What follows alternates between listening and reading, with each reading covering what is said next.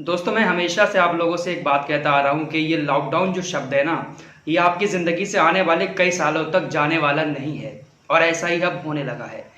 देश के एक राज्य ने 1 साल तक के लिए लॉकडाउन की गाइडलाइंस को बढ़ा दिया गया है और ऐसी गाइडलाइंस बढ़ाई हैं कि अगर इनको आप फॉलो नहीं करेंगे, जो नियम बनाए गए हैं, तो आपके ऊपर कई हज़ार रुपए का जुर्माना भी लगाया जाएगा। दोस्तों, अभी ये सिर्फ एक राज्य में हुआ है, लेकिन हो सकता है कि यूपी, दिल्ली, बिहार बहुत सारी जगहों पर ये नियम लागू कर दिए जाएं और आने वाले 1 साल तक के लिए इन गाइडलाइंस को बढ़ा दिया जाए।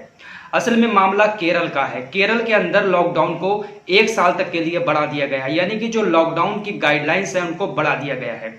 केरल की सरकार ने आप लोगों के लिए कौन कौन से नियम बनाए हैं 1 साल तक के लिए, आप लोग ध्यान से सुन लें। अगर आप इनको फॉलो नहीं करेंगे तो आप हजारों रुपए के घाटे में आ जाएंगे। दोस्तों, केरल वो राज्य है जहां पर सबसे पहला कोरोना पॉजिटिव पाया गया था। इसके बाद केरल ने बहुत सारी अच्छे तरीके से अपनी गाइडलाइंस को फॉलो करवाया लोगों से और केरल में आज बहुत अच्छा माहौल बना हुआ है।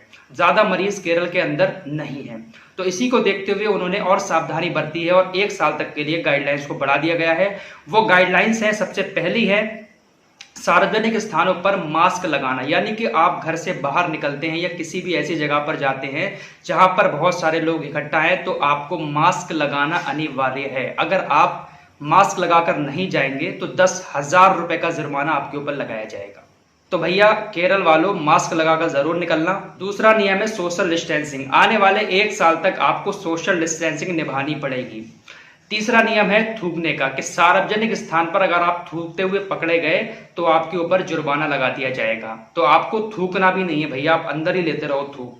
चौथा नियम है शादी को लेकर, 50 से ज्यादा लोग आप शादी में नहीं ले जा सकते। तो भैया शादियों में जो बैंड बाजे बजते थे, जो इतनी भीड़ भाड़ होती थी, वो भाई खत्म हो चुकी है। खैर ये तो एक अच्छी बात है, ज्यादा भीड़ भाड़ ये गरीब के लिए बहुत मुश्किल पड़ जाता था शादी करना, लेकिन ये नियम तो खैर सही है, इसको हमेशा लागू करे रहो।